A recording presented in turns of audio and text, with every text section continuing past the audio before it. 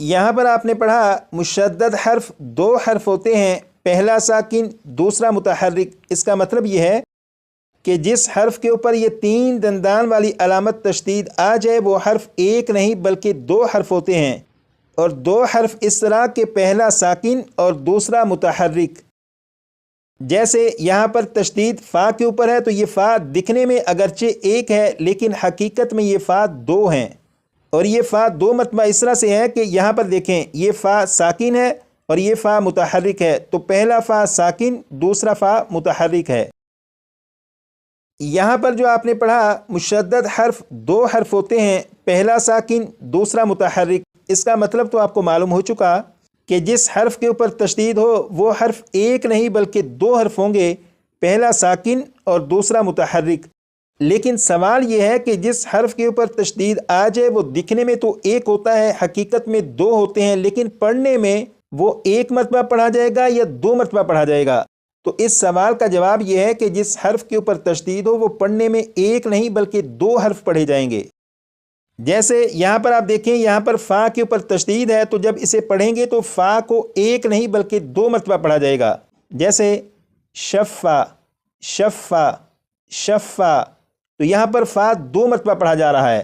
اب اسے مزید آسان کرنے کے لیے یہاں سے پڑھیں گے تو آپ دیکھیے گا کہ یہاں پر یہ پہلا فا ساکن یہ پڑھا جائے گا اور اس کے بعد یہ والا فا پڑھا جائے گا، جیسے شف شف شف۔ یہاں پر یہ جو فا ساکن ہے اس کی علیحدہ آواز ہے، اس کے بعد یہ فا جو متحرک ہے فا فا فا، ان دونوں کی علیحدہ علیحدہ اپنی اپنی آوازیں ہیں۔ اب ان کو اکٹھا پڑھوں گا، جیسے شف فا شف فا۔ تو آپ غور کریں کہ ایک مرتبہ فا ساکن پڑھا جا رہا ہے اور دوسری مرتبہ فا متحرک پڑھا جا رہا ہے، تو اگر ان دونوں فا کو یہ فا اس فا میں شامل کر دیں تو یہ اس طرح سے لکھا جائے گا کہ فا کے اوپر تشدید آ جائے گی، تو جب اسے پڑھیں گے تو یہ اس طرح پڑھا جائے گا شفا شفا شفا۔ یہاں پر بھی فا کو دو مرتبہ پڑھا جا رہا ہے۔ اب اسی کو میں کافی سلو پڑھوں گا تاکہ آپ کو اچھی طرح سے معلوم ہو سکے کہ یہ جو فا ہے یہ دو مرتبہ پڑھا جا رہا ہے، جیسے شف فا شف فا۔ آپ غور کریں کہ فا کی آواز دو مرتبہ آ رہی ہے، شف فا شف فا۔ اب اسے نارمل رفتار میں پڑھیں گے تو یہ اس طرح پڑھا جائے گا شفا شفا۔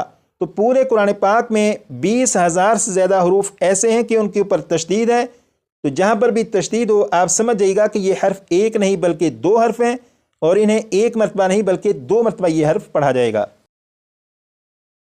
آج کی کلاس میں یہ جو سبق پڑھا، اس سبق کو کم از کم 25 سے 30 مرتبہ پڑھ کر اچھی طرح یاد کر لیجئے گا، تاکہ جب قرآن پاک کے سبق پر پہنچے تو اس سبق کی بنیاد پر آپ کے لیے قرآن پاک کا سبق پڑھنا، سمجھنا، یاد کرنا مزید آسان ہو سکے۔